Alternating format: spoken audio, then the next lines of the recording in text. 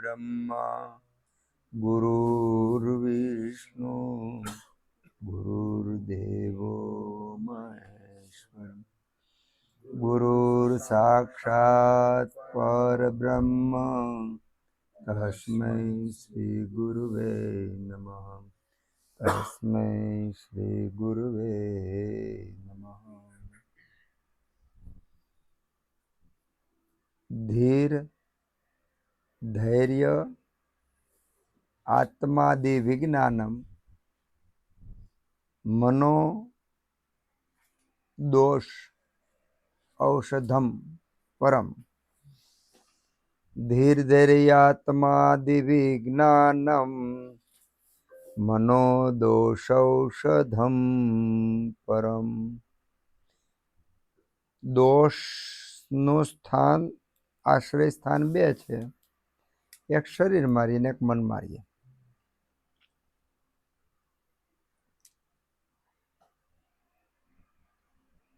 શરીરમાં જે દોષો રહે છે એ શરીરના વાયુ પિત્ત કફ એને દૂષિત કરે છે, એના પરિણામે રોગો થાય છે।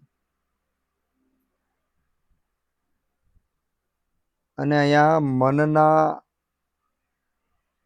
જે દોષો છે એનું ઔષધ શું, એની સારવાર કેમ કરે, મનના રોગની સારવાર કઈ રીતે કરી શકાય, તો સારવારનું સૂત્ર આપે છે। અત્યારે સાંપ્રત કાળમાં આ યુગમાં આ સમયમાં મનના દોષની ચિકિત્સા કરવી અત્યંત જરૂરી છે। હું મારો પર્સનલ અભિપ્રાય એવું આપી શકું, માણસની 90% શક્તિ મનની સારવારમાં લાગવી જોઈએ। 90% એ આ યુગની જરૂરિયાત છે, કારણ કે આ યુગમાં મન વધુમાં વધુ રોગિષ્ટ થાય એવા સંજોગો છે। એવા આહાર વિહાર વિચાર સમાજ બધું એવું છે।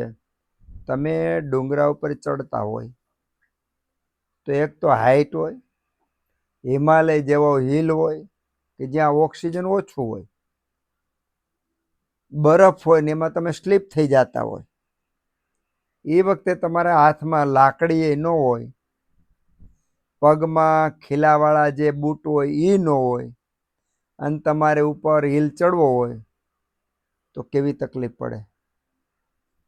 પહેલાં તો આગળ તપાસીને પગ મૂકવો જોઈએ। પગ મૂકો તો ઘણીવાર બરફ એવો હોય કે કોઈ જગ્યાએ પાકેલો બરફ હોય તો ત્યાં પથ્થરને જેટલો મજબૂત હોય, અને કોઈ જગ્યાએ બરફ કાચો હોય તો ત્યાં પગ ખૂંચી જાય। તો ટંટોળવા માટે, ટેસ્ટિંગ કરવા માટે લાકડી હોવી બહુ જરૂરી છે। પગના ગ્રીપ આવે એના માટેના સ્પેશિયલ પ્રકારના બૂટ પણ જરૂરી છે। આ બે વસ્તુ તો બરાબર છે, શરીરનું ઠંડીથી રક્ષણ કરે, પવનથી રક્ષણ કરે એ જરૂરી છે। આપણે એ પર્વતના અભ્યાસી હોવા જોઈએ કે જેના કારણે એની સાથે આપણા શરીરનું બેલેન્સ જરૂરી છે। અને કસરતના પાછા અભ્યાસી હોવા જોઈએ, થાકતા ન હોવા જોઈએ। તો એટલા ઓછામાં ઓછા ઓક્સિજનની વચ્ચે, ઇમ્બેલેન્સની વચ્ચે એક તો અભ્યાસ નથી, શરીરને કસરત કરાવી નથી, ઠંડી પવનની સામે રક્ષણ માટે કાંઈક કામ કરતા નથી, પગમાં રક્ષણ અને ગ્રીપ માટેની કોઈ આયોજન નથી, હાથમાં લાકડીની કોઈ વ્યવસ્થા નથી, અને જે કૈલાસ શિખર સર કરવા માટે નીકળે એ માણસની જેવી તકલીફ હોય એવી તકલીફ આજે દરેક માણસની છે। દરેક માણસની આ તકલીફ છે, કારણ કે હિમાલય જેવો હિમાલયને પાર કરવા માટે આટલી વસ્તુ તો જરૂરી છે, જ્યારે આમાં તો નથી કોઈને અનુભવ, નથી એનો સત્સંગ, નથી માર્ગે ચાલતા, નથી એવા માણસોની સાથે સતત સલાહ સૂચન, અને હંમેશા સતત અધોગતિમાં મન જાય, મનની અંદર વધુમાં વધુ રોગો જમા થાય એવા વિપરીત સંજોગોની વચ્ચે આજે માણસો જીવે છે, કારણ કે આજે પૈસો પ્રધાન થઈ ગયો. સામાન્ય રીતે જે વસ્તુ પ્રધાન હોય એનો વ્યાપ, એનું આકર્ષણ, એનો મોહ, એની કિંમત સમાજમાં હોય. જ્યારે ભક્તિ પ્રધાન હોય ત્યારે આખી પૃથ્વીમાં, સમાજમાં બધી ભક્તિ મુખ્ય હોય, બાકીનું બધું ગૌણ હોય. જ્યારે ધ્યાન સાધના પ્રધાન હોય ત્યારે પૂરી સૃષ્ટિમાં બધા માણસો ધ્યાન સાધનામાં એટલા બધા લાગ્યા હોય કે બાકીનું બધું ગૌણ હોય.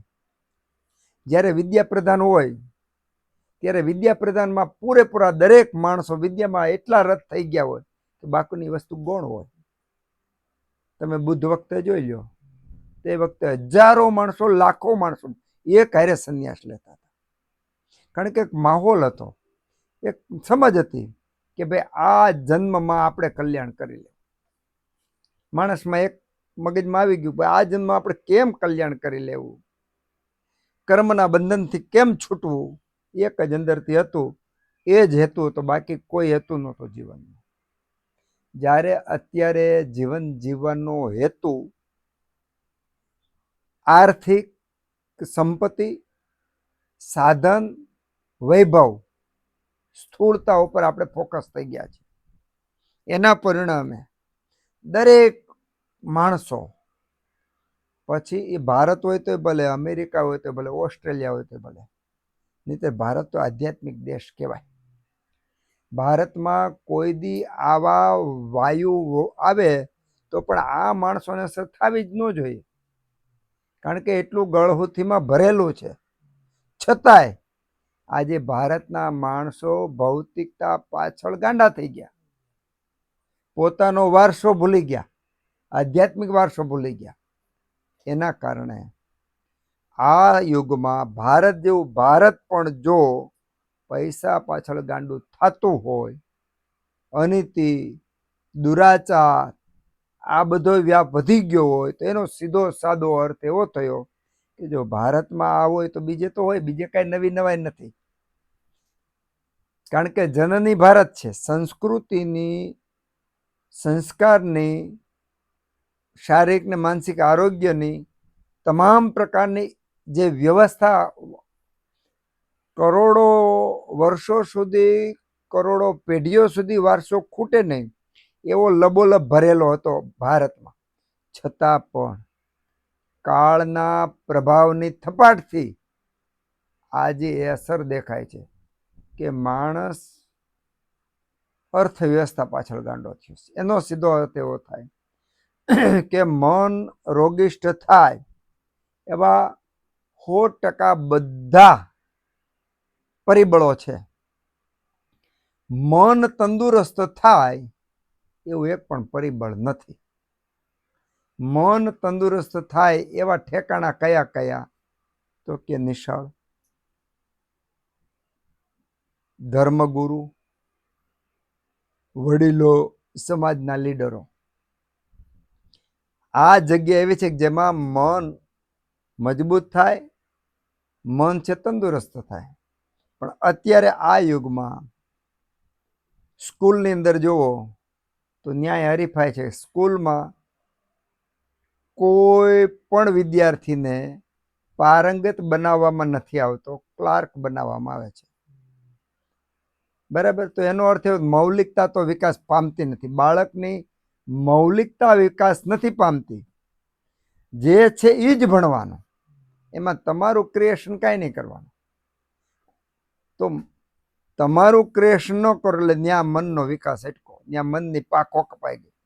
પાંખો કપાઈ ગયેલો પોપટ જેવી દિશા એની હોય, પાંખો કપાઈ ગયેલું કબૂતર જેવી દિશા કબૂતરની હોય, એવી દિશા આજના વિદ્યાર્થીઓની છે. તો આ વિદ્યાર્થી પાંખો કપાઈ ગયેલા કબૂતર જેમ દુઃખી હોય, એમ આ વિદ્યાર્થીઓમાં વિકાસની કોઈ સંભાવના નથી. કોઈ વિદ્યાર્થી અપવાદ રૂપે એક દિવાલ કૂદી અને પોતાની રીતે વિકાસ કરે એ વાત જુદી રહી.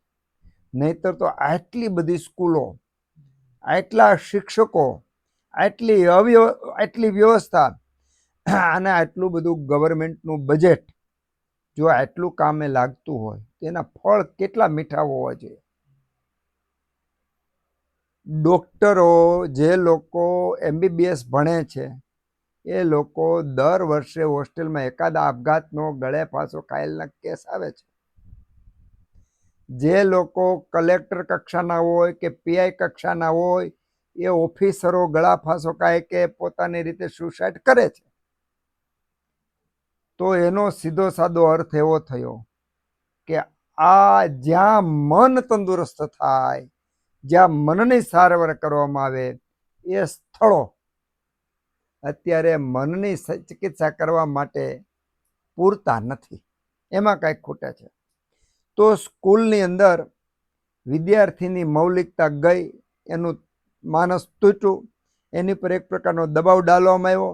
એના કારણે એની અંદર એક પ્રકારનું વિરોધનું બ્યુગલ અંદર શરૂ થયું. પછી મોટો થઈ અને એ વિરોધ મા બાપ પ્રત્યે કરે, મોટો થઈ અને એ વિરોધ ધર્મ પ્રત્યે કરે, મોટો થઈ અને એ વિરોધ રાષ્ટ્ર પ્રત્યે ગમે એમ કરે. તો જ્યાં એને સપ્રેશન કરવા આવ્યું, મનના વિચારોને બરાબરના દબાવવામાં આવ્યા છે, એ વિદ્યાર્થી જ્યારે એને મોકો મળશે ત્યારે અનિયંત્રિત અવસ્થામાં આવી અને ઘણું બધું નુકસાન એને પોતાને થાય ને સમાજને થાય. તો સ્કૂલ જ્યાં મનના દોષો દૂર કરવા માટેની ઔષધશાળા આપણે કહી શકાય, તો ત્યાં જાજી અપેક્ષા રાખી શકાય એમ નથી. હવે ધર્મસ્થાન, મંદિરો, તો ખરેખર તો મંદિરની રચના અને ગુરુ પરંપરા, ધર્મ અને સંપ્રદાયની પરંપરા એટલી અદ્ભુત કે જેમાં સમાજની ઇમારત મજબૂત થાય, સમાજ તંદુરસ્ત રહે, શારીરિક માનસિક. સમાજ એક તાતણે બંધાય એના માટે મંદિરોની સ્થાપના છે. એ આધ્યાત્મિકનું કામ પણ કરે છે અને સામાજિકનું કામ પણ કરે. સામાજિક સંરચનાનું કામ પણ મંદિરો કરે છે, ધર્મગુરુઓ કરે છે. આ હોવું જોઈએ. પણ ત્યાં અહંકાર ભળ્યો, ત્યાં પણ પૈસાવાદ આવ્યો, ત્યાં પણ જૂથવાદ આવ્યો. એટલે એક ધર્મવાળા ને એક સંપ્રદાયવાળા બીજાને હલકો ગણ, પોતાને મોટો ગણે. હવે આમાં ભક્તએ અથવા એના સેવકે વિચારવું શું? દરેક વ્યક્તિ પોતાની રીતે સ્વતંત્ર તો વિચારતો હોય. શરૂઆતમાં એનું મન વિરોધ પણ કરે કે આ ભગવાન મોટા, આના કરતા આ ભગવાન મોટા, આના કરતા આ ભગવાન મોટા. તો ધીમે ધીમે હિપ્નોટાઇઝ થઈને સ્વીકારવા માંડે કે આપણા ગુરુ જ બેસ્ટ, આપણો ધર્મ જ બેસ્ટ, આપણા ભગવાન જ મોટા, બાકીના બધા નાના, બીજાને મેળવ્યું એના કરતા મને ઉત્તમ. આવી રટના ચાલુ થાય અને ધીમે ધીમે કરતા હિપ્નોટાઇઝ થઈ જાય, રટવા માંડે. પણ આ વાત એના આત્મા સુધી ધરબાઈ ગયેલી ન હોય. એટલે આત્મા સુધી ન ધરમાઈ ગયેલી હોય એના કારણે ભયભીત હોય, શંકાશીલ હોય. આવી વ્યક્તિ શંકાશીલ હોય અને એમાં પણ વળી પાછું ક્યાંક ક્યાંક ધર્મના છીંડા કંઈક જોવા મળે એટલે વળી પાછું નાસીપાસ થાય. તો જે ધર્મની અંદર પણ યોગ્ય રીતે મનની સારવાર થવી જોઈએ, મનમાં દુર્ગુણો ઉત્પન્ન નહીં થવા જોઈએ, તો એ ત્યાં પૂરેપૂરા રીતે અત્યારે પોષણ મળતું નથી. સમાજના આગેવાનો પણ પોતપોતાની રીતે પૈસો ભેગો કરવા માટે, જે સમાજની સેવા કરવા માટે સંસ્થાઓની રચના કરી છે, એ પણ અત્યારે એ દિશામાં પણ કામે લાગી ગઈ છે. તો જ્યાં જ્યાં ભૂતકાળ એવો હતો આપણો વૈદિક, કે અલગથી તમારે કોઈ સારવાર લેવાની જરૂર નહોતી, શરીરની મનની સારવાર લેવાની જરૂર નથી. એટલે પેલા દવાખાના નહોતા. મનની સારવાર એ જીવનમાં ઓટોમેટિક વણાયેલી હતી. આપણા ગુરુ, આપણા દાદા મામા ફઈ એમાં જ આપણને ગુરુના દર્શન થતા હતા. એટલે આપણે ત્યાં ક્યાંય બહુ દોડાદોડી કરવાની જરૂર. ગામમાં બ્રાહ્મણ હોય, ગામની અંદર રામજી મંદિર જેવો હોય, એમાં આપણા મનને પોષણ મળતું હતું. સ્કૂલની અંદર શિક્ષક હોય, શિક્ષક આયલા જ એટલે વિદ્યાર્થી હોય એને રસ્તો આપી દે, એટલો આદર ગુરુનો હતો. તો આ યુગમાં દરેકનું ફોકસ બદલી ગયું છે કે ભાઈ પૈસો પ્રધાન, ભૌતિકતા પ્રધાન. જ્યાં ભૌતિકતા પ્રધાન થઈ, સ્થૂળ વસ્તુ પ્રધાન થાય, એટલે દરેક પોતપોતાના સ્વાર્થ, પણ જેની જેટલી તેવડ એટલો પૈસો ભેગો કરવા માટે મહેનત કરવા માંડ્યા. પૈસો ભેગો કરવા માટે, યાને કે પોતાના અહંકાર સંતોષવા માટે શામ, દામ, દંડ ને ભેદ, જેટલી તેવડ હતી એટલી એ કામ કરવા માંડ્યા. મજાની વાત એ છે કે અત્યારે જેટલા પરોપકારની વાત કરે છે, જેટલી વ્યક્તિઓ શુદ્ધતાની વાત કરે છે, જેટલી વ્યક્તિ પવિત્રતાની વાત કરે છે, નિયમની વાત કરે છે, જેટલી વ્યક્તિ કોઈ પણ પ્રકારનું કરપ્શન ન કરવું જોઈએ એવી વાત કરે છે, એવી વ્યક્તિને પણ જ્યારે તક મળે, જ્યારે એવા સંજોગો મળે, જ્યારે એને સત્તા મળે, ત્યારે એનું વાસ્તવિક સ્વરૂપનું દર્શન થાય. અને ત્યારે એ લોકો કરપ્શન કરવામાં, ખોટો કરવામાં કાંઈ બાકી રહેતા નથી. આ સાંપ્રત સમયની પરિસ્થિતિ છે. તો આ વિકૃત પરિસ્થિતિની વચ્ચે મનની સારવાર એ પહેલું પગથિયું અને અતિ મહત્વની વસ્તુ છે. શરીરની અંદર તો વાયુ, પિત્ત, કફ, ચૂર્ણો, ઔષધો, આસવ, અરિષ્ટ ખૂબ બધાય આપણી પાસે તૈયાર છે અને એના માપદંડ છે કે આ હોય તો આ અરિષ્ટ તૈયાર, આસવ તૈયાર, ટેબ્લેટ ને બધું માપદંડ છે, એક્સપાયરી બધું છે. એટલે એ ચિકિત્સાને તમે ટેકનિકલ રીતે કંટ્રોલ પણ અમુક અંશે કરી શકો ખરા. જ્યારે મનની સારવાર માટે આ માપદંડો, કોઈ તમારા સ્થૂળ માપદંડો કામ નથી કરતા. આજે હું 50 કે 500 કે 5000 માણસોની સાથે કામ કરતો હોય, પણ હું કેટલો શુદ્ધ છું અને કેટલી પવિત્રતા છે, કેટલી સ્થિરતા છે, એ માત્ર ને માત્ર જે તે વ્યક્તિને જ ખબર હોય. એક વચનામૃતની અંદર સ્વામિનારાયણ ભગવાનને સંતોએ પ્રશ્ન પૂછ્યો હતો કે ભાઈ સંતો જે છે એ ઓળખાય કેવી રીતે?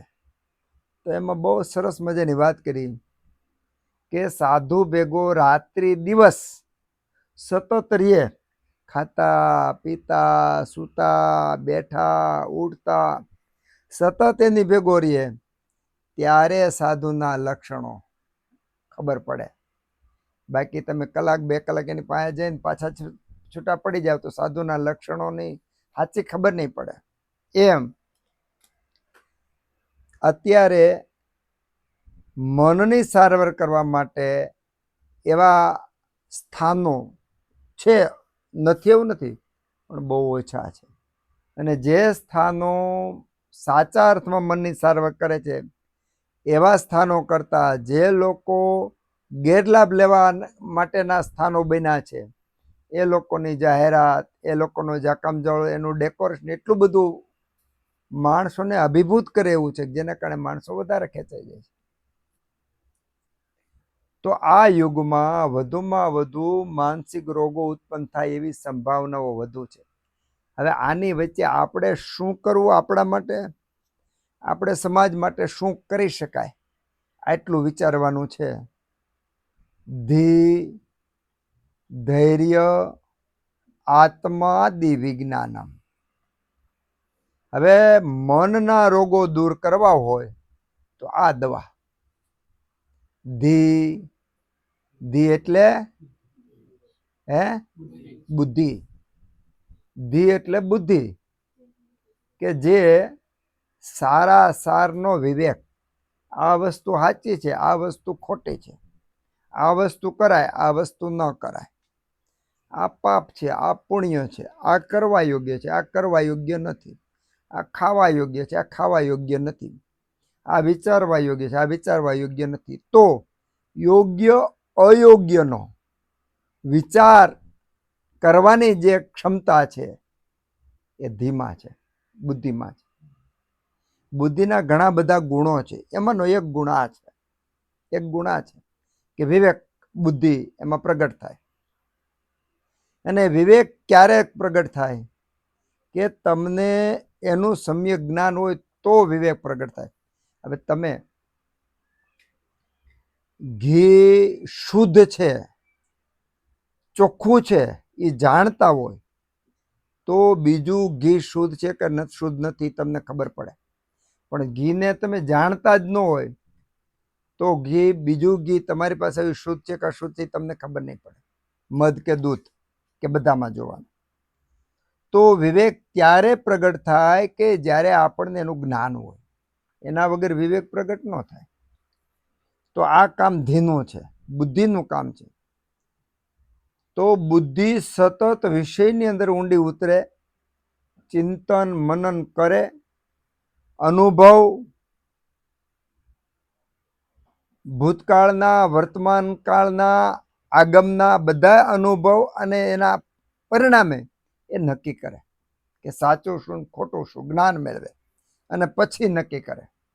તો સીધે સીધી કોઈ નાનું બાળકને પૂછવામાં આવે કોઈ વ્યક્તિ વિશે તો નાનું બાળક નક્કી નહીં કરી શકે, કારણ કે એનો અનુભવ નથી કે વ્યક્તિ સારો છે ખરાબ છે એની વિશે કાંઈ પણ હોય. ક્રિકેટ હોય, ક્રિકેટના જે પેલું કરે એને શું કહેવાય, હરીફાઈ હોય, હરીફાઈમાં નિર્ણય આપે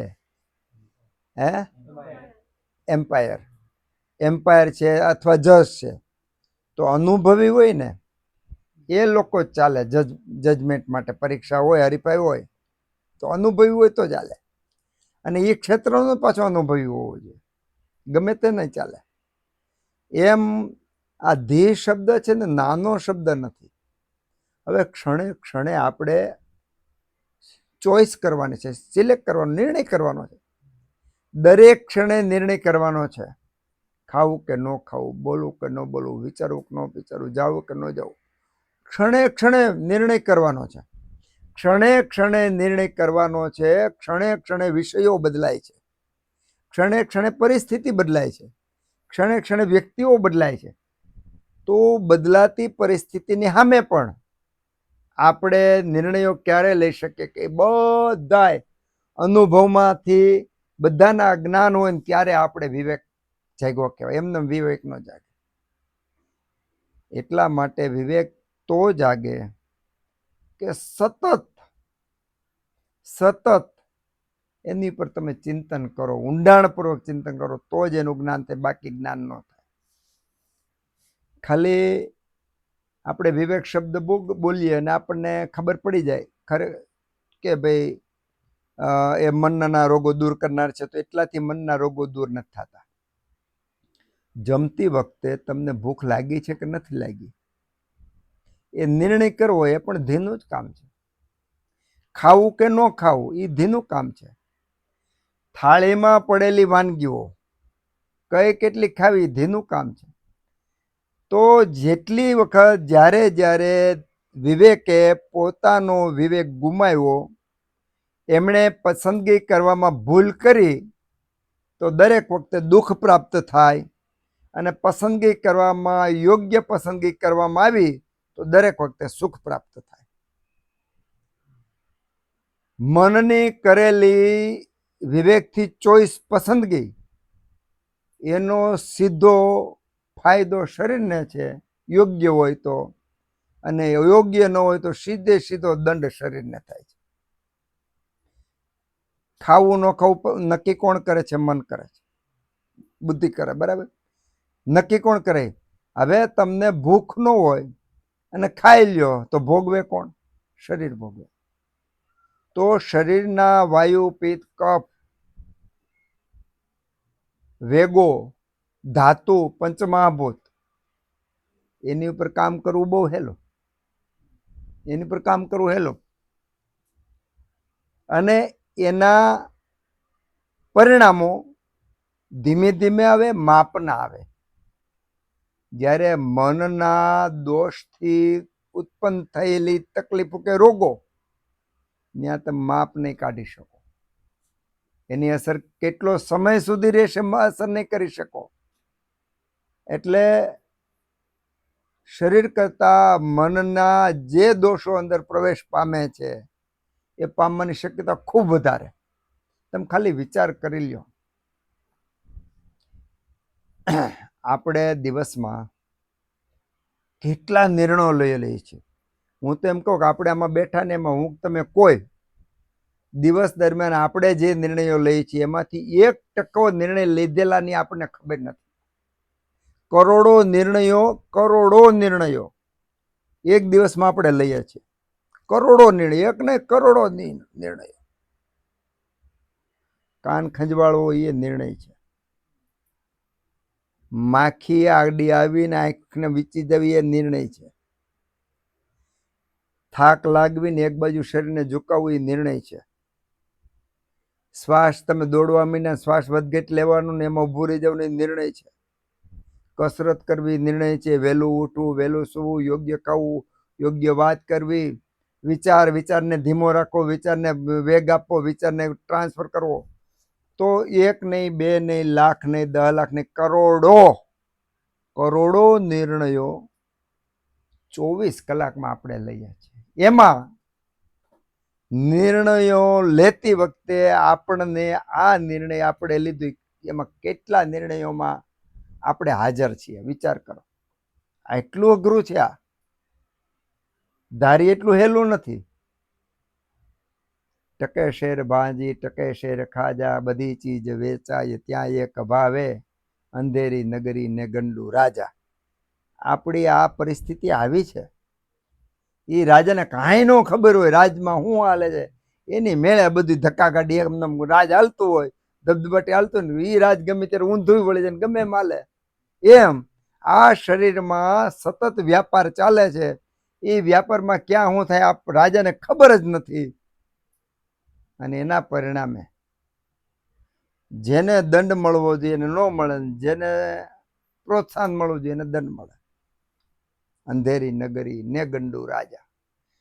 આપણે તો કવિતામાં એ રાજાના દાંત કાઢીએ છીએ, પણ આપણા દાંત આવવા જોઈએ ને કે આપણે કાંઈ. તો હું તમને એમ પૂછું, 10 કરોડ નિર્ણય 24 કલાકમાં તમે લીધા, વધારે લીધા, હું તો 10 કરોડ જ માપના ગણું છું. 10 કરોડ નિર્ણય લીધા, એમાંથી 100 નિર્ણયની તમને ખબર નથી. 100 નિર્ણયની તમને ખબર નથી. તમે તો આપ્યા નથી નિર્ણય. એ 100 બધા નિર્ણયમાંથી એક પણ નિર્ણય તમે નથી આપ્યો.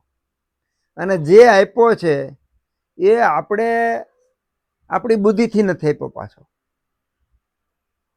તો હવે એનું પરિણામ કેવું આવે? માટે આપણે દુઃખી છીએ. મને તો આનંદ એ વાતનો થાય છે કે આ વાત આપણે કરી શકીએ છીએ એનો આનંદ થાય છે. આપણામાં આ વાત ઉત્પન્ન થઈ એનો આપણને આનંદ થાય છે. આપણે આ વાત સાંભળીએ છીએ એનો આપણને આનંદ થાય છે. કારણ કે કમસે કમ એટલું તો સૂક્ષ્મતા આવી, એટલી પાત્રતા તો આવી.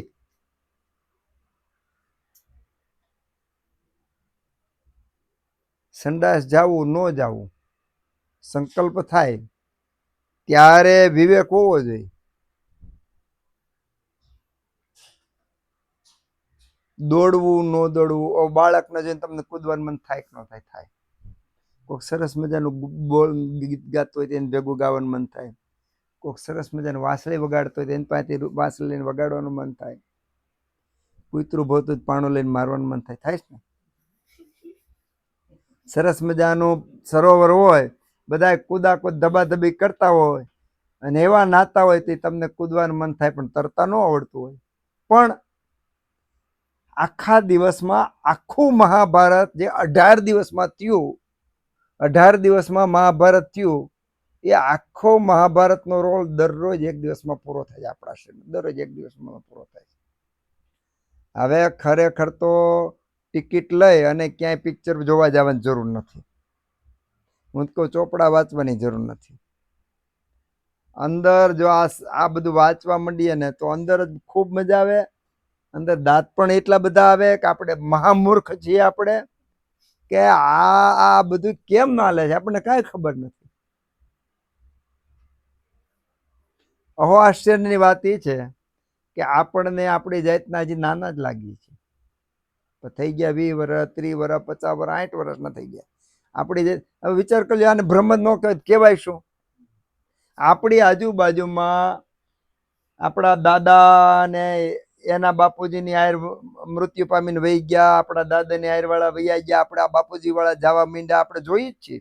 એક પછી એક મૃત્યુ જ પામવા માંડ્યા છે. આખી આખી લાઈનો સાફ થાય છતાં આપણે પોતાને માનીએ આપણે મરવાનું નથી. વિચાર, અને ભ્રમ જ કહેવાય ને. અત્યારે તમાકુ વાળા હોય તો કોઈને તમાકુથી ઓલો કેન્સર થયું હોય તો છટકબારી ગોતે. એ તો તમાકુ જ ન થાય, બાયું કે તમાકુ કે એને કેન્સર થાય, તો એમ છટકબારી ગોતીએ. તો કહેવાનું એ છે કે મનની દુનિયામાં જો શરીર બે જગ્યાએ રહે છે. એક તો દોષો બે જગ્યાએ રહે છે, રોગો. એક શરીરમાં રહે, મનમાં રહે. શરીરના રોગો પર તો આપણે ઘણું ભણવાના છીએ અને તમને ઘણું બધું આવડશે પણ ખરું. મન ઉપર ભણવાની મર્યાદા છે. મન ઉપર જે કાંઈ છે એ વસ્તુ પણ મર્યાદિત છે. એનું કારણ છે શરીરના દોષો માટે શરીર સ્થૂળ છે અને સ્થૂળ વસ્તુ ખૂબ બધી ઉપલબ્ધ છે. બધી સ્થૂળ વસ્તુ તમે જોઈ શકો છો. એના મીટર, એના પ્રમાણ, એનું માપ, એનું બધું તમે કરી શકો છો. જ્યારે મન દેખાતું નથી.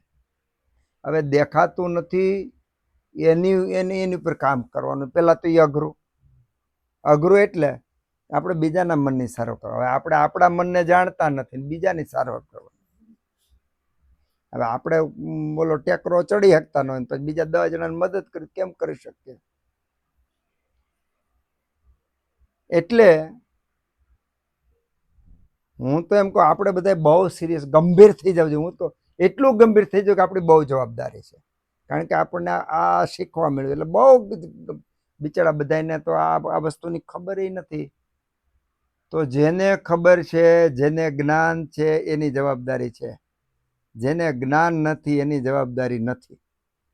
જ્ઞાન છે એને પણ ફળ ભોગવવું પડે છે, જ્ઞાન નથી એને પણ ફળ ભોગવવું પડે છે. નાનું બાળક આગને પકડશે તો એ પણ દાજે છે. જેને જ્ઞાન ખબર છે કે આગથી દાજી આગને પકડી એને પણ દાજવું પડે છે. પણ બેનો તફાવત એટલો કે બાળકનો હાથ જ્યાં સુધી અગ્નિમાં ન જાય ત્યાં સુધી એને કાંઈ વાંધો જ નથી. પછી એની પીડા ચાલુ થાય છે. અને જ્યારે આપણે તો આગને જોઈને જ આપણે બધું સરળ બાદબાકી કરી લઈએ છીએ. એમ ધી એટલે બુદ્ધિ, સારા સારનો વિવેક એ કરતા આવડે તો જ મન બીમાર ન પડે, બાકી બીમાર પડે. હવે ત્રાજવા કોઈ દી સ્થિર ન હોય. એક બાજુ મૂકો તો બીજું ઊંચું, બીજું બાજુ, બેયનું બેલેન્સ થાય તો હવાને કારણે આમ થતું હોય. ત્રાજવા સ્થિર નહીં મળે. જેટલા સૂક્ષ્મ વજનના ત્રાજવા એટલું ખાલી હવાના અણુ પરમાણુ અથડાય તોય ઊંચા નીચા થાય. તમે 20 મણની કેપેસિટી વાળો હોય તેમાં બહુ નહીં વાંધો હોય. 3 કિલોની કેપેસિટી હોય તો એ વધારે સેન્સિટિવ કાંટો હોય. એમાં 2 ગ્રામની કેપેસિટી વાળો હોય કાંટો એ તો અતિ સેન્સિટિવ હોય. કે ખાલી 10 મીટર આઘી હવા આવી ને એનો ફણકો લાગ્યો તો એમાં સેન્સેશન આવે, સંવેદના આવે. એના કરતાં પણ વધારે સંવેદના વાળો વિષય મનનો છે. પહેલા આપણે જોવું પડે કે આખા વિવેક, સારા સારનો નિર્ણય કેટલી જગ્યાએ કરવો પડે. પહેલાં તો આપણામાં વિકાસ પામીએ, પછી આપણે બીજા ઉપર કામ કરી શકીએ. આ વાતું થાય, હું જે તમારી પાસે બોલું ને વાતું થાય. પ્રેક્ટિકલ તો વ્યક્તિ પોતે જ કરી શકે. અને એટલા માટે નિત્ય સત્સંગ એવો શબ્દ આપણા શાસ્ત્રોમાં છે કે નિત્ય સત્સંગ હોવો જોઈએ. નિત્ય એટલે હંમેશા. નિત્યના બે વસ્તુ, નિત્ય એટલે દરરોજ અને નિત્ય એટલે સતત, 24 કલાક સતત. જે માર્ગે તમારે આગળ જવું છે એ માર્ગનો વિચાર, એ માર્ગની વ્યક્તિ, એ માર્ગના પુસ્તકો, એ માર્ગના ગ્રુપ, એ માર્ગનો રસ્તો સતત તમે રાખો તો એને તમે પામો, બાકી ન પામી શકો. તો મન જેવી સૂક્ષ્મ વસ્તુ કે જે દેખાતી નથી,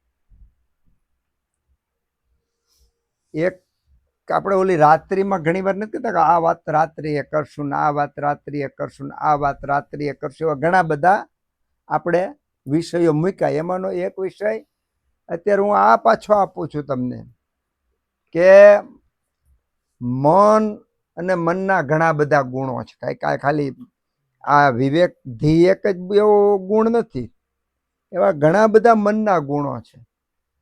તો મન અને મનના એક ગુણ ઉપર, એક ગુણનો એક ભાગ ઉપર, માની લો ધી એટલે બુદ્ધિ, તો એને ખાલી વિવેક જ કરવો એવું નહીં, બીજા ગુણો છે એના.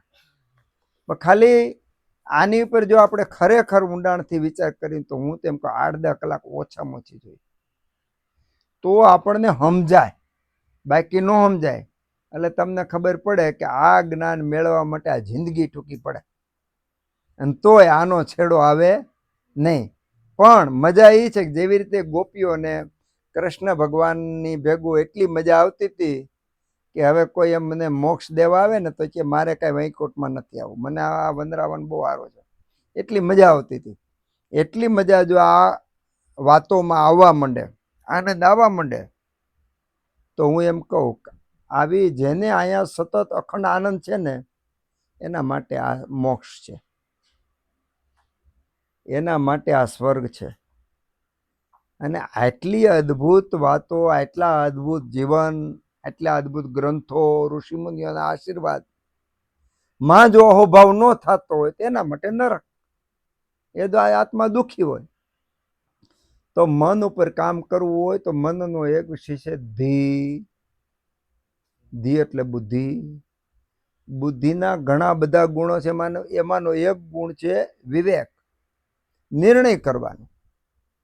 અને આ જે સારા સારનો નિર્ણય કરવાનો છે એ નિર્ણય જે તે વસ્તુનું પ્રોપર જ્ઞાન હોય તો જ વસ્તુ સાચી છે ખોટી અને બાજુની છે એ સાચી છે ખોટી એનો ખબર પડે તો કઈ વસ્તુ કરવી ને કઈ વસ્તુ ન કરવી, યોગ્ય અને અયોગ્યનો જે નિર્ણય કરી શકાય. જો યોગ્યનો નિર્ણય કરી શકે તો આરોગ્ય મળે, અયોગ્યનો નિર્ણય કરે તો એને રોગ થાય.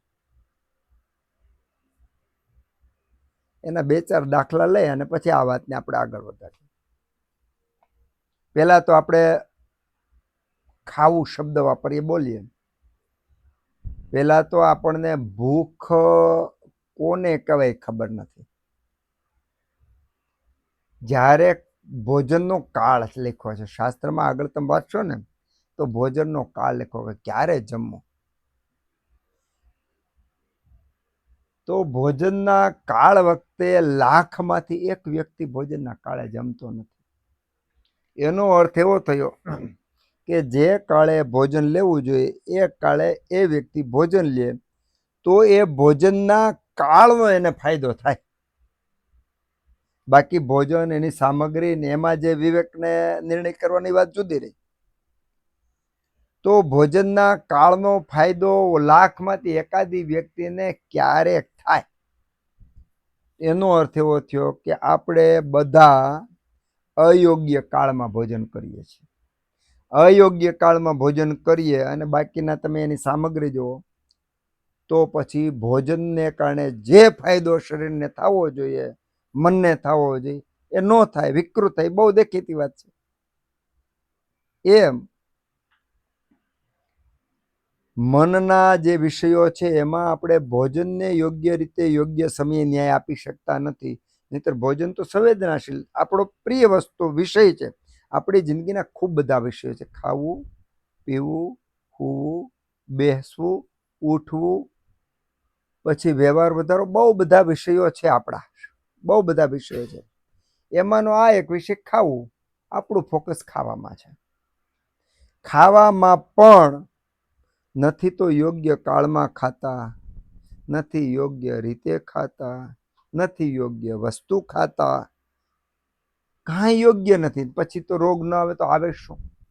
માટે બધા દુઃખી છે. બરાબર? પહેલી વાત. આપણે સ્નાનની વાત કરીએ તો સ્નાન કેમ કરવું જોઈએ? ખરેખર તો સ્નાન કરતી વખતે અતિ આનંદ આવવો જોઈએ. જેવી રીતે વરસાદ પડે પૃથ્વી ઉપર અને 2-5 પાંદડા થઈને આખી સૃષ્ટિ નવપલ્લવિત થઈ જાય અને સૃષ્ટિનું વાતાવરણ બદલે, એમ સ્નાન કરતી વખતે સ્નાન કર્યા પછી એવું થવું જોઈએ. દરેકને થાતું જ હોય, પણ આપણે અનુભવ કર્યો નથી.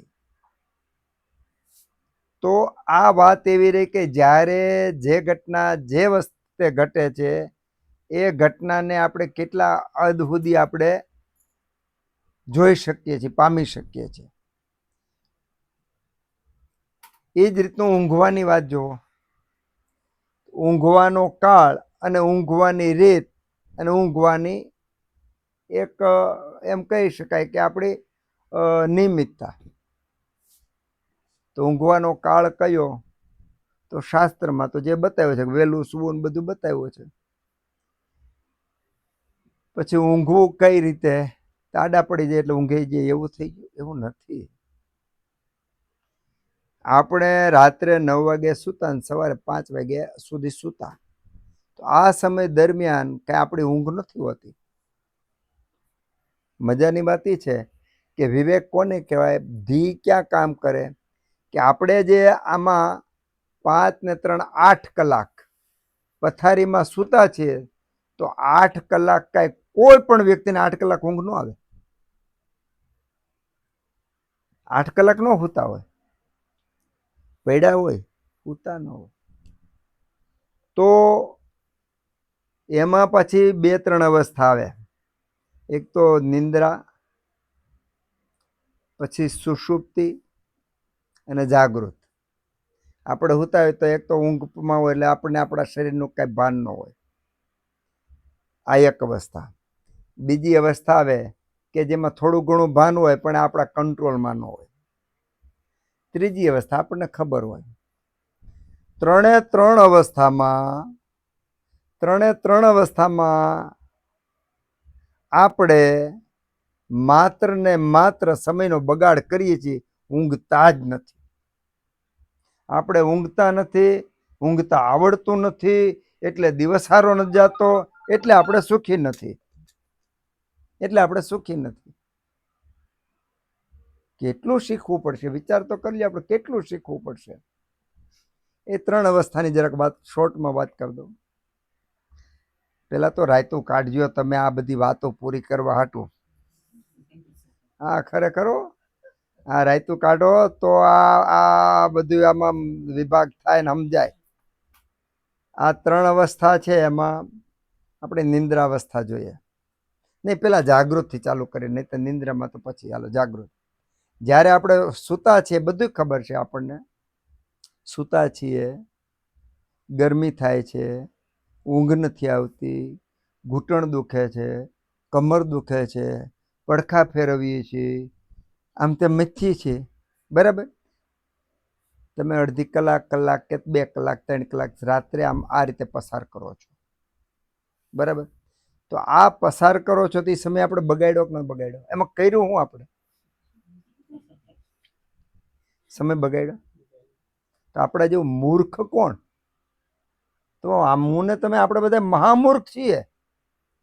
હેતુ વગર, કારણ વગર કાંઈ કરતા નથી, એટલું જ નહીં દુઃખી થાય છે. હવે બીજો એક સિદ્ધાંત સાંભળી લેજો. શરીરમાં વાયુ, પિત્ત અને કફ 3 દોષો. જ્યારે આપણે સૂઈએ ત્યારે આપણને ઊંઘ આવે, પછી કાળ અને દોષો પોતપોતાનું કામ કરતા હોય ને આપણને ગહન નિંદ્રામાં લઈ જાય, આપણે ઊંઘ કરીએ. પછી દોષો કાળ સમયના અનુસારે દોષો વધઘટ થતા આપણા શરીરમાં. તો કાળ પ્રમાણે દોષો આપણા શરીરમાં વાયુ પિત્ત કફ વધઘટ જે હોય એને પાછું વધઘટ કરે. કોણ કરે? કાળ કરે. આપણા આ શરીર હોય તો રાત્રે 9 થી 10 માં તમે સૂઈ ગયા 9 વાગે, તો જ્યારે જે વાયુ પિત્ત અને કફ ત્રણની અવસ્થા છે એ જ રાતે 12 વાગે બદલી જાય, 3 વાગે, 4 વાગે, 5 વાગે બદલી જાય છે. આપણા જ દોષની પ્રભાવ કોનો? કાળનો, સમયનો. તો સૂતા પછી ઊંઘ આવે અને જે દોષો શરીરની અંદર પોતાના પ્રાકૃત માર્ગે ન જઈ શકતા હોય એવું આપણું શરીર વિકૃત હોય, થોડું સમજવા પ્રયત્ન કરજો થોડું. તો જે દોષો વાયુ પિત્ત અને કફ શરીરના અવયવોમાં પોતાની જે ફરજ છે, પોતાનું જે કાર્ય છે, પોતાનું જે કાર્યક્ષેત્ર છે ત્યાં પ્રવૃત્ત થઈ અને કાર્ય કરતા હોય, એમાં એ કાં તો સ્રોતોરોધ થયો હોય, કાં તો એનો ભ્રંશ થયો હોય, કાં પ્રતિલોમ થયું હોય, તો એનો માર્ગ બદલ્યો હોય, તો એના પરિણામે આ શરીરને સુખ અને દુઃખ ઉત્પન્ન થાય. જાગ્રતમાં પણ થાય ને રાત્રે પણ થાય. જાગ્રતની અંદર આપણે બહારના વ્યવહારમાં એટલી હદ સુધી ઓતપ્રોત હોઈએ છીએ કે આપણા શરીરની અંદર થતા ફેરફારને આપણે જોતા નથી, જોઈ શકતા નથી, કારણ કે બહાર આપણે બહિર્મુખ એટલા બધા હોઈએ છીએ. રાત્રે આપણે અંતર્મુખની સંભાવના પ્રમાણમાં વધારે છે, એટલે દિવસ કરતા રાત્રે આપણે આપણા શરીરનું ભાન વધારે હોય છે આપણને. એના પરિણામે જ્યારે આપણે ઊંઘમાં આપણા દોષો કાળના પ્રભાવને લઈ, આપણી શરીરની પ્રકૃતિને લઈ અને આપણને ઊંઘ આવે છે અને ઊંઘ ઉડે છે અને આપણે સુખી થાય છે, દુઃખી થાય છે. હવે સમજવા જેવું છે કે માની લો કે તમે રાત્રે 9 વાગે સૂતા, તો જે કફ પ્રકૃતિ વાળો હશે 9 વાગે સુએ તો એને બેસ્ટ ક્વોલિટીની ઊંઘ આવશે 9 વાગે. વાયુવાળાને પિત્તવાળાને મીડિયમ આવશે, પણ ઊંઘ તો આવી જાય, કારણ કે મોહ હોય. એ સમય દરમિયાન 8-9 વાગ્યાની આસપાસ તમનો પ્રભાવ હોય, કફનો પ્રભાવ હોય, મોહનો ગુણ હોય, તેને કારણે આપણે અંધકારની અંદર નિંદ્રાની અંદર પ્રવેશવું બહુ સહેલું પડે છે. પણ જ્યારે રાતે 12 વાગે પિત્ત વધે ત્યારે એ પિત્તેના કામ કરવાનું, એ વખતે શરીરની અંદર જે અવયવો, અંગો, પોષણ, ધારણ, પરિભ્રમણ બધું વધી જતું હોય છે. હવે સૂતા સૂતા રાત્રે ઓટોમેટિક વધી જતું હોય છે પિત્તની વૃદ્ધિને કારણે, અને એ જ આગળ જાય તો 2 વાગ્યા પછી અંદાજિત વાયુની વૃદ્ધિનો કાળ આવે છે, એ સમયે સહેજે ઊંઘ ઉડી જાય છે. તો સહજ રીતે ઊંઘ ઉડી જાય તો એ વખતે આપણે પથારીમાં સૂતા સૂતા જો આપણને ચિંતન કરતા આવડતું હોય, અધ્યયન કરતા આવડતું હોય, મનને યોગ્ય દિશામાં લઈ જઈને આપણી ઈચ્છા પ્રમાણે આપણે પ્રવૃત્ત કરાવી શકતા હોય, તો સુખની ઉપલબ્ધિ થાય છે. એ વખતે આપણે મનને આપણી ઈચ્છા પ્રમાણે કામ ન કરાવી શકતા હોય, શ્લોક આદિ વગેરેનું રિપીટેશન ન કરાવી શકતા હોય, એને રસ્તો ન આપી શકતા હોય, તો એ જ મન ભયંકર ખીજાયેલા કોબરાની જેમ માણસને હેરાન રાતે કરે છે. એના પરિણામે વ્યક્તિને 2-3 વાગ્યા પછી જે વાયુ વધે એ કાં અટકે, કાં વધે, કાં ઊંધો ચડે, તો કમર દુખે, ઘૂંટણ દુખે, થાક લાગે, બેચેની લાગે, ચક્કર આવે, ગેસ થાય, ગભરામણ થાય, આ બધું થાય. શું કામ થાય છે? કે એ વાયુને યોગ્ય દિશા મળતી નથી, કંટ્રોલ આપણને આવડતો નથી.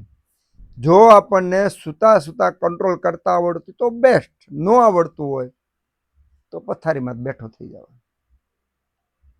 પથારીમાંથી બેઠો થઈ જવાનું અને પ્રવૃત્તિ કરવા માંડવાની. સામાન્ય રીતે મનને દિશા આપવા માટે મનના વિચારોથી વિચારને દિશા આપવો એ ઉત્તમ રસ્તો છે. પણ વિચારોથી દિશા આપવા માટે સક્ષમ ન હોય તો એને શરીરથી દિશા આપવાની, નીકળી જવાનું. તમને ગુસ્સો આવે તો હાથની મુઠ્ઠી વળી જાય કે નથી વળી જતી? શરીર ધ્રુજવા માંડે કે નથી ધ્રુજવા માંડતું? તો આ મનની શરીર ઉપર થતી રિફ્લેક્સ છે. તો આ ઓટોમેટિક રિફ્લેક્સ થાય, એને આપણે દિશા આપીએ. ગુરુજીએફ નામ તમે સાંભળ્યું છે. ગુરુજીએફ બહુ મોટા સંત થઈ ગયા અને અધ્યાત્મની દુનિયામાં એમ કહી શકાય કે એણે ઘણું બધું કામ કર્યું ગુરુજીએફે. તો એના શિષ્યોમાં હોશ શબ્દ મુખ્ય હતો. એનો હોશ અને બેહોશ, જાગૃત અને બેહોશ, આ શબ્દ મુખ્ય એની પાસે હતો. તો એના શિષ્યોમાં ટુકડી હતી. માની લો કે એનો આશ્રમ હોય તો શિષ્યો પાસે દરરોજ 2 કલાક પરિશ્રમ કરવાનો. ને એમાં શું કરવાનું કે 5 ફૂટ ખાડો ઊંડો કરવાનો. માની લો 5 વ્યક્તિ છે તો 5 બાય 8 બાય 3 ખાડો કરવાનો. ખાડો કરી માટી બહાર કાઢવાની અને પછી પાછી અંદર નાખી દેવાની, અલગ અલગ જગ્યાએ. તો શું કામ કરતા કે શરીરની અંદર રહેલા દોષો જે મન દ્વારા વાયુ પિત્ત કફને ઇમ્બેલેન્સ કર્યું છે એને દિશા આપવા માટે આ કર્યું. એની પાસે કોઈ રોગી આવે ને કે બહુ ગુસ્સો આવે, બધું થાય, ત્યારે પ્રયોગ આપતા કે તમને જ્યારે બહુ ગુસ્સો આવે ત્યારે તમારે વાંસની કે ઘાસની કે કોઈ પણ ભારા હોય એને તમારે કાપવા માંડવાના અથવા જમીન ખોદવા માંડવાની. તો એનાથી મન ડાયવર્ટ થઈ જાય, મન ત્યાં રોકાઈ જાય શરીર. તો શરીરની પ્રોસેસ.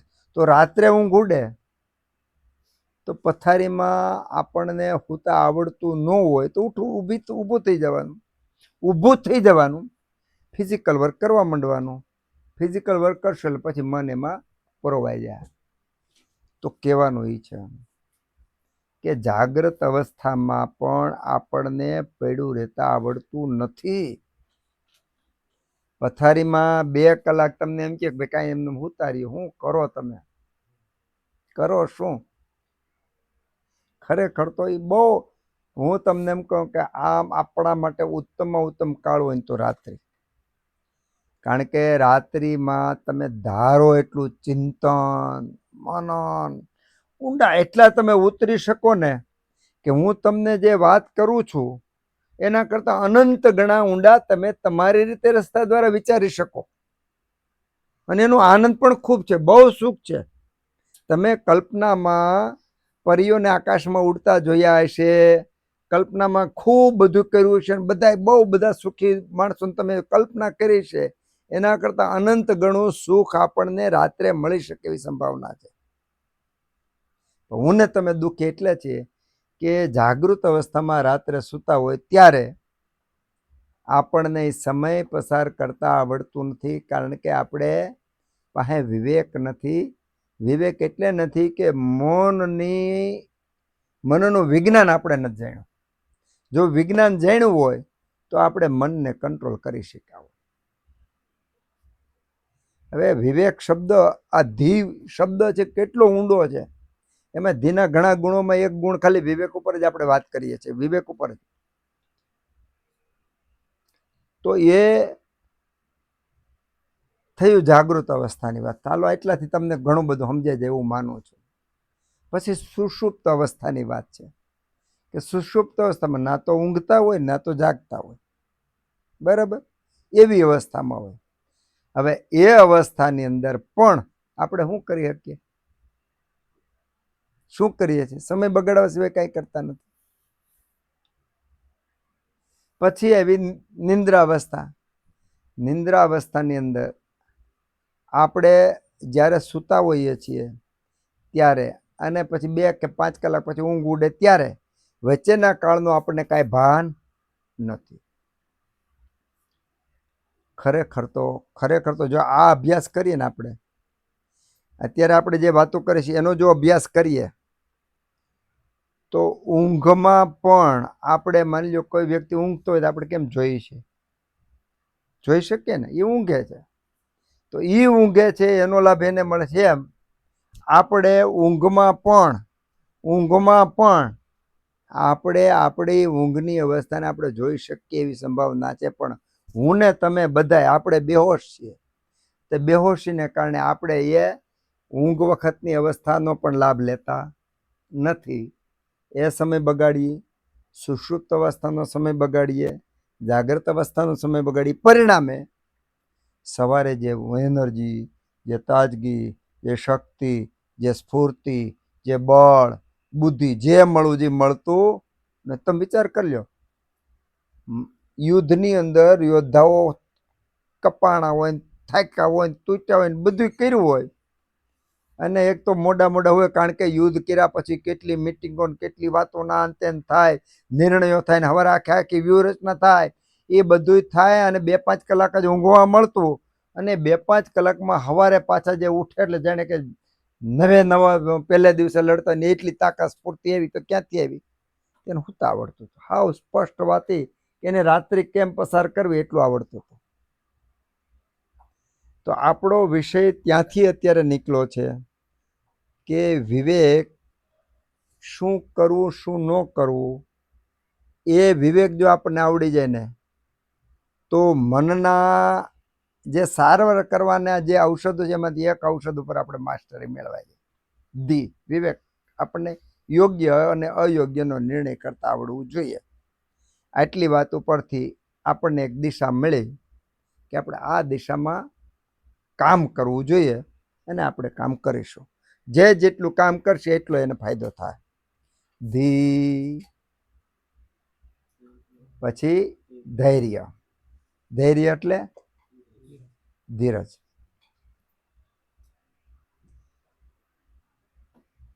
ધીરજ એ વ્યક્તિ જ રાખી શકે કે અનુભવી વ્યક્તિ જ ધીરજ રાખી શકે? જે વ્યક્તિમાં અનુભવ નથી વ્યક્તિ ધીરજ રાખી જ ન શકે. કોઈએ શેરડી વાવી હોય તો શેરડી પાકે ત્યાં સુધીની ધીરજ કોણ રાખી શકે? જેને ખબર હોય કે આ 6 મહિને શેરડીનો પાક થાય, 6 મહિના પછી જ બરાબર મીઠી થાય, ત્યાં સુધી મીઠી થાય નહીં. જેને જ્ઞાન હોય ને જેને જ્ઞાન ન હોય એ તો વચ્ચે કાપી રાખે. જેને જ્ઞાન હોય કે છોડવાને વાવીએ પછી મહિને 2 મહિને બરાબર ચોટે, 2 પાન આવે એટલે સમજી લેવાનું કે આ ચોટી ગયો છે. જેને જ્ઞાન છે ને, જેને જ્ઞાન નથી આમ જો ચોટ્યુંક નથી ચોટ્યું વળી પાછું મૂકી દે, ચોટ્યુંક નથી ચોટ્યું પાછું મૂકી દે. તો જેને જે વસ્તુનું જ્ઞાન છે એ વ્યક્તિ જ ધીરજ રાખી શકે. તો ધીરજ રાખવા માટે જ્ઞાન, અનુભવ અથવા તર્ક શક્તિ હોવી જોઈએ. તર્ક શક્તિ આગળ એ આપણે ધીનો વિષય છે. તો એક ધીરજ હોવી જોઈએ. એટલે ધીરજ કહેતા ખૂબ બધા વિષયો આવી જાય છે, પણ ધીરજ કહેતા આપણને એ વસ્તુનું જ્ઞાન હોવું જોઈએ કે એટલો સમય આપણે પસાર કરી શકવા જોઈએ. અત્યારે હું તમને બધાને ખૂબ ખૂબ પ્રણામ કરું છું, કારણ કે 6-8 મહિના આપણો વર્ગ ખડસુપાનો લગભગ 6-8 મહિનાથી ચાલુ થયો છે. 7 મહિનાથી આપણો વર્ગ ચાલુ થયો, હજી પહેલો અધ્યાય પૂરો નથી થયો. તો તમારી ધીરજ કેટલી કહેવાય? 6 મહિના થયા, હજી એક અધ્યાય પૂરો નથી થયો, તો આ તમારી ધીરજ. જો આ ધીરજ ન હોય અને હાલો ભાઈ આપણે દર વખતે એક વર્ગ પૂરો કરી નાખીએ, એક અધ્યાય પૂરો કરી નાખીએ, તો આજે એક વાત જે આપણે છણાવટ કરી એ જાણવા નહીં મળે. તો આને ધીરજ કહેવાય. અને ધીરજ માટેના કારણો હોય, જ્ઞાન હોય તો જ ધીરજ રહે, બાકી ધીરજ ન રહે. તો પછી એ ધીરજ નિર્ણય લેવામાં હોય, એ ધીરજ ફળ કોઈ પણ કાર્ય કર્યું એના ફળ માટેનું હોય. તો આ ધીરજનો ગુણ જો વિકાસ પામે તો મનના રોગો દૂર થાય. મનના રોગો દૂર કરવા માટે જો ત્યાં ધીરજ એટલે જો સમય તમે વિચાર કરી લો, વાયુ પિત્ત કહો ભાઈ તરત કહે ભાઈ હાલો ભાઈ પિત્ત મટાડો તો તમે આમળાનો ઉપયોગ કરો, ત્રિફળાનો ઉપયોગ કરો. ગેસ માટે તો કે શંખવટી વાપરો, એરંડી તેલ વાપરો. કબજિયાતમાં અલગ અલગ તમને સીધે સીધા ત્યાં સ્થૂળ દ્રવ્યો દીધા. જ્યારે અહીંયા શું થાય, અહીંયા સ્થૂળ દ્રવ્યની વાત જ નથી આવતી. ધૈર્ય અને આત્મા. આત્માદિ વિજ્ઞાનમ, એકલા આત્માનું નહીં. ધીર ધૈર્યાત્માદિ આત્માદિ વિજ્ઞાનમ. આત્માદિ છે ને? હા. જો આત્મા આદિ તમે કરજો કે આ વળી કેટલું બીજું હોય છે, બીજું ઘણું બધું છે. તો એમાં ધી હોવું જોઈએ, ધૈર્ય હોવું જોઈએ, આત્મા આદિ વિજ્ઞાનમ, આત્મા વગેરેનું જ્ઞાન હોવું જોઈએ. ખાલી આટલું આપણે કરી લઈએ તો મને એમ છે જિંદગી પૂરી થઈ જાય. એટલું કરી લે, ઈમાનદારીથી કરીએ. આમાં આ રસ્તામાં બીજી મોટામાં મોટી મજા એ છે, તમે ખાલી ધૈર્ય અને આત્માદિ વિજ્ઞાન ઉપર કામ કરો તો આને કારણે પૂરેપૂરી સૃષ્ટિનું બધું જ્ઞાન મળી જાય. મજાની વાત એ છે કે આના કોઈ પણ જ્ઞાન પાછળ તમે ગાંડા થઈ જાઓ અને જ્ઞાનના તળિયે પહોંચો તો બાકીના બધા જ્ઞાનો અંદર આવે. જેવી રીતે ઊંડો કૂવો થાય તો પાણીની સરવાણી ઓટોમેટિક આવે, સરવાણી માટે આમંત્રણ આપવા જવું પડતું નથી. એમ આ જ્ઞાનની અંદર આપણે ઊંડા ઉતરેલ બાકીના જ્ઞાન ઓટોમેટિક આવવા માંડે, બધા જ્ઞાન આવવા માંડે. તો આત્મા આદિ વિજ્ઞાનમ, આત્માનું જ્ઞાન અને આત્મા સિવાય આદિ એટલે બીજા કોનું જ્ઞાન હોઈ શકે. સામાન્ય રીતે આપણે પર્યાવરણ શબ્દ બોલીએ છીએ. પર્યાવરણ, આપણે પર્યાવરણમાં જીવીએ છીએ. પર્યાવરણ એટલે શું? મનુષ્ય આદિ, મનુષ્ય અને મનુષ્યને લગતા પરિબળો જે છે બધા મનુષ્યાદિમાં આવે. એમ આત્મા અને આત્માને આદિ જે કાંઈ છે બધું પછી એમાં પંચમહાભૂત આવી ગયો, સૂક્ષ્મ જ્ઞાનેન્દ્રિયો આવી ગઈ, તન્માંતરાય આવી ગઈ, એમાં અહંકાર, મહતત્વ, આ બધું વિજ્ઞાન એની અંદર આવી ગયું. પરમાત્મા સુધીનું બધું ત્યાં આવી ગયું. આ જ્ઞાન હોય ત્યારે સારામાં સારી રીતે સારવાર કરી શકાય મનની. તમે વિચાર કરી લો, અત્યારે સાયકોલોજિસ્ટ બેઠા છે, સાયકોલોજિસ્ટ સારવાર કરવા બેઠા છે મનની સારવાર કરવા માટે. તો આપણે આજે વાત કરી કે 24 કલાકમાં કરોડો નિર્ણયો આપણે એક દિવસમાં લઈએ છીએ.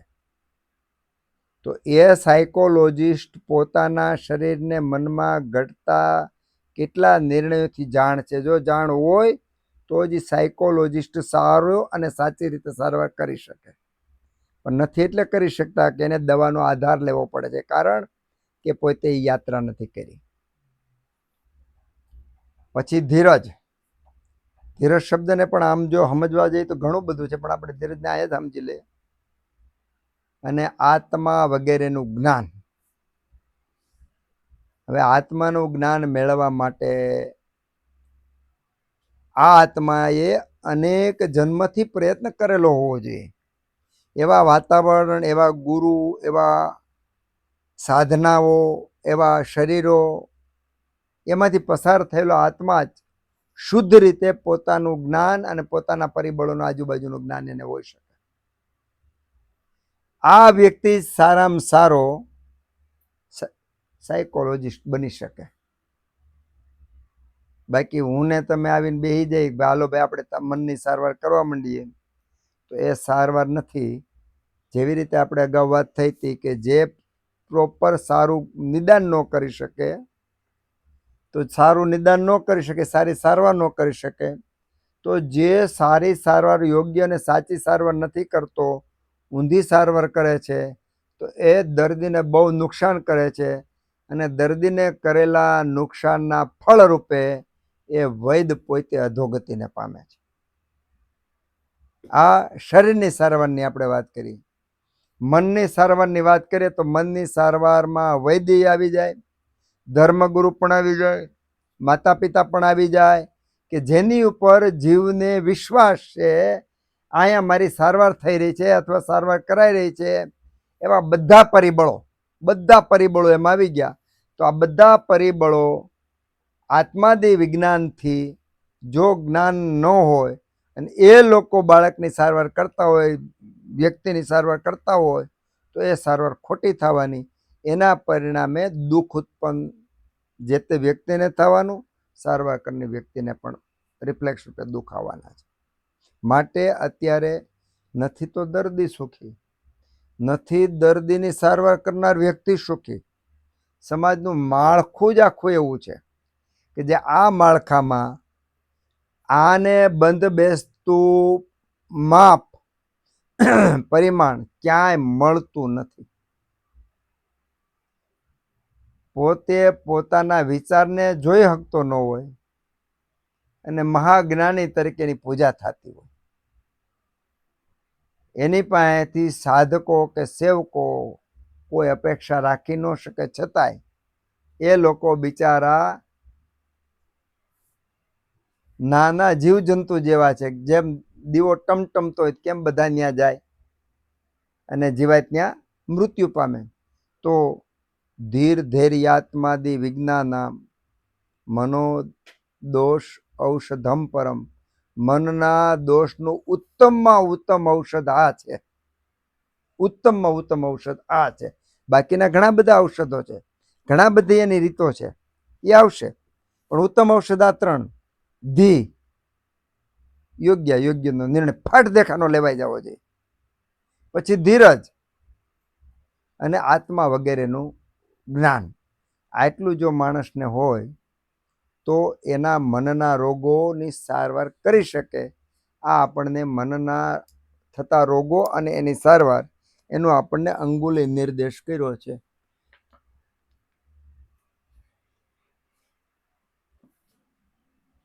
તો સૂક્ષ્મ જગતમાં જેટલું કામ કરવું હોય તો એ યાત્રા કરવાનો સમય ઘણો હોય, પણ જો ટેવ પાડીએ તો એ જગતમાં, સૂક્ષ્મ જગતમાં આપણે યાત્રા કરી શકીએ.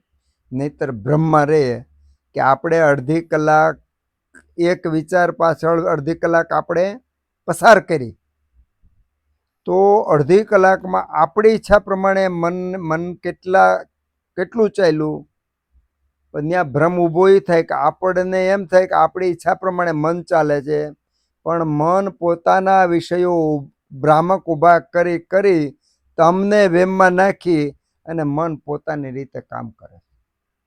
આ રમતો જોવા જેવી છે. ભગવાનને પ્રાર્થના કરીએ કે આ સૂક્ષ્મ યાત્રામાં, આ અંતરયાત્રામાં આપણી બુદ્ધિને, આપણા અનુભવને, આપણા ગુરુઓના આશીર્વાદ એમાં સફળતા એવી પ્રાર્થના કરવા સિવાય આપણી પાસે રસ્તો નથી. અને આ યાત્રા કરવી પણ જરૂર છે. એટલે આપણે પ્રાર્થના અને સમર્પણ ભાવે ભગવાનને પ્રાર્થના કરે છે. ઓમ સહનાવવતુ સહનૌ ભુનક્તુ સહ વીર્યં કરવાવહે તેજસ્વિનાવધીતમસ્તુ મહાવિદ્વિષાવહે. ઓમ શાંતિ શાંતિ શાંતિ.